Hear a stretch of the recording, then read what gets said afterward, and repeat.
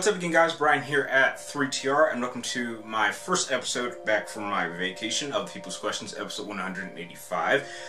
We got a relatively shorter episode than usual. However, I do have a fantastic set of awesome viewers of mine who sent me a really good set of questions, so to jump right into them. The first question comes from Optimizer, which I actually really like your question because it actually revolves around my favorite movie director of all time, Mr. Christopher Nolan. And you want to know, how would I rank all of Nolan's films that I've seen? Well, I've actually seen quite a number more than you have from your list that you sent me, but I'll just match your list just to keep it fair. So starting from least favorite to a favorite, number 7 would be Interstellar, number 6 would be Memento, number 5 would be The Dark Knight Rises, number 4 would be The Prestige, number 3 would be Batman Begins, number 2 would be The Dark Knight, and my favorite Christopher Nolan movie of all time is Inception. The next question comes from CRH Gaming, and you want to know, if I could visit any country, where would I like to go? Well, there are actually 3 countries in the world I'd like to visit, and 2 of them would take that back, not 2, maybe 1 I'd actually like to live there. Number 1, I would love to go visit Russia. Why? Because I'm a big World War II fan, and I would love to actually visit Stalingrad. I think that'd be a pretty cool, kind of long-spanning field trip for me. The second place I'd like to visit is Tokyo, Japan, because I think in terms of gaming culture, I think theirs is a lot more richer, and arcades are still really popular over there, and they have just a large variety of different tastes in terms of gamings. But without question, the number 1 place I would love to visit outside the United States, so much I actually like to live there, is actually the country I was actually originally born in, and that's the United Kingdom, more specifically London, England. Just that entire area just seems like it has such a rich culture that, I just love to live there. Your next question is, if I could choose between Sony or Microsoft, which would I keep? Well, obviously Sony. I mean, Microsoft's okay, but, I haven't really played my Xbox very much, and I've been with Sony since '97, so I don't know why I would change that. And your last question is, will Star Wars Episode 7 have Luke in it? Yeah, Luke Skywalker is going to be in there. So is Han Solo and Princess Leia. Yeah, all 3 of them are coming back. The next 3 questions come from Henry Rashish, and you want to know, who is my favorite villain in gaming?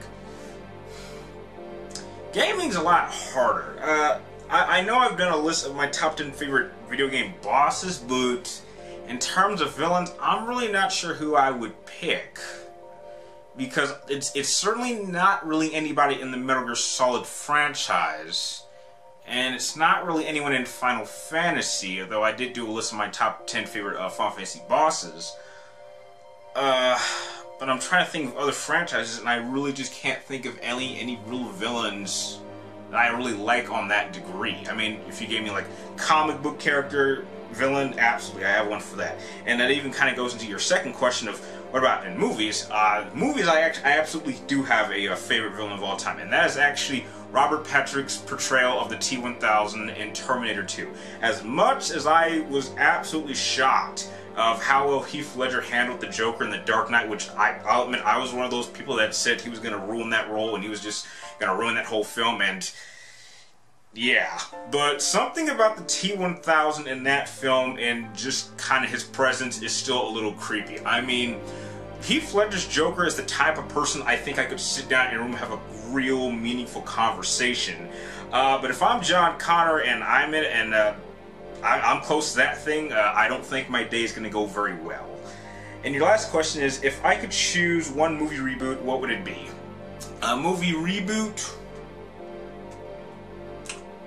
Reboot of a franchise. I mean, if we're picking if there's a movie I'd like to see a sequel to, and in terms of reboot, I can't really think of any. I don't think any movies really need to be rebooted. I mean, if it didn't work for some reason, there's no reason to give it another go at it. I mean, look at the Hitman franchise. I mean, the first film didn't do all that well, and they wanted to reboot it, and it ended up doing even worse. So just stop it.